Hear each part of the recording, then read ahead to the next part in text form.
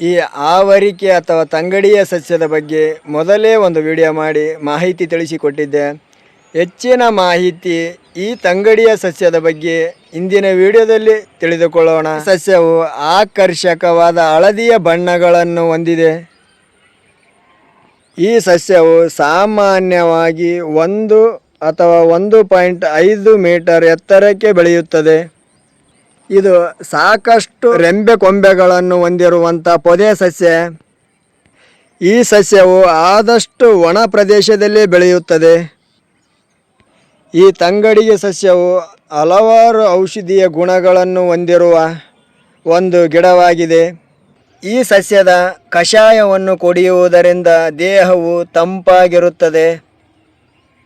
ಮುಖ್ಯವಾಗಿ ಈ ಸಸ್ಯದ ಕಷಾಯ ದೇಹದ ಕಲ್ಮಶಗಳನ್ನು ಹೊರಹಾಕಲು ಸಹಾಯ ಮಾಡುತ್ತದೆ.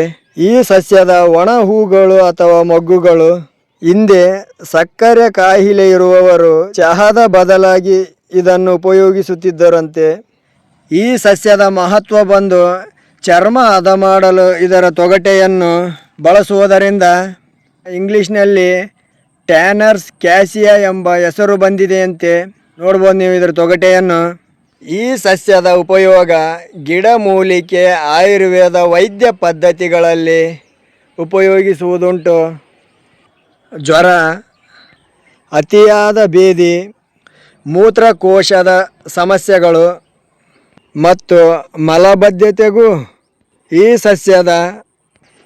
ಸಸ್ಯದ ಎಲೆ, ಹೂವು, ಬೇರನ್ನು ಸಹ ಬಳಸುತ್ತಾರೆ.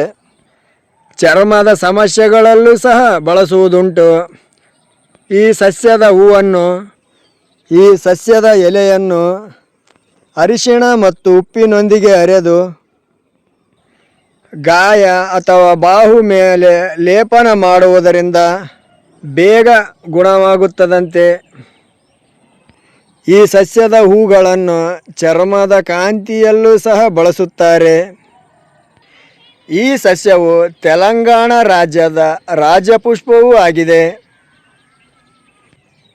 ಆವರಿಕೆ ಅಥವಾ ತಂಗಡಿಗೆ ಸಸ್ಯವು ಸಾಮಾನ್ಯವಾಗಿ ಟ್ಯಾನರ್ಸ್ ಕ್ಯಾಸಿಯಾ ಎಂದು ಕರೆಯಲ್ಪಡುತ್ತದೆ. ಇದರ ವೈಜ್ಞಾನಿಕ ಹೆಸರು ಬಂದು ಸೇನಾ ಅರ್ಕ್ಯುಲೇಟ್ ಅಂತ.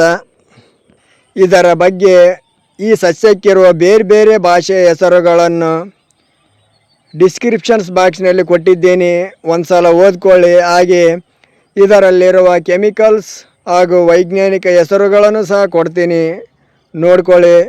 ಈ ಸಸ್ಯದ ಬಗ್ಗೆ ಹೆಚ್ಚಿನ ಮಾಹಿತಿ ಏನಾದ್ರು ಸಿಕ್ಕರೆ ಮುಂದಿನ ವಿಡಿಯೋದಲ್ಲಿ ಮತ್ತೆ ತಿಳಿಸಿಕೊಡ್ತೀನಿ ಹೆಚ್ಚಿನ ಮಾಹಿತಿ. ಇನ್ನೂ ಸಾಕಷ್ಟು ಆಯುರ್ವೇದದ ಸಸ್ಯಗಳುಂಟು ನಮ್ಮ ಗುಡ್ಡ ಪ್ರದೇಶದಲ್ಲಿ. ಅವುಗಳ ಬಗ್ಗೆ ಮುಂದಿನ ದಿನಗಳಲ್ಲಿ ಒಂದೊಂದರ ಬಗ್ಗೆ ವಿಡಿಯೋ ಮಾಡ್ತಾ ಹೋಗ್ತೀನಿ, ಮಾಹಿತಿ ತಿಳಿಸ್ಕೊಡ್ತೀನಿ. ಅಲ್ಲಿಯವರೆಗೂ ವಿಡಿಯೋ ನೋಡ್ತಾ ಇರಿ. ನಮ್ಮ ಯೂಟ್ಯೂಬ್ ಚಾನಲನ್ನು ತಪ್ಪದೆ ಸಬ್ಸ್ಕ್ರೈಬ್ ಮಾಡಿಟ್ಕೊಳ್ಳಿ.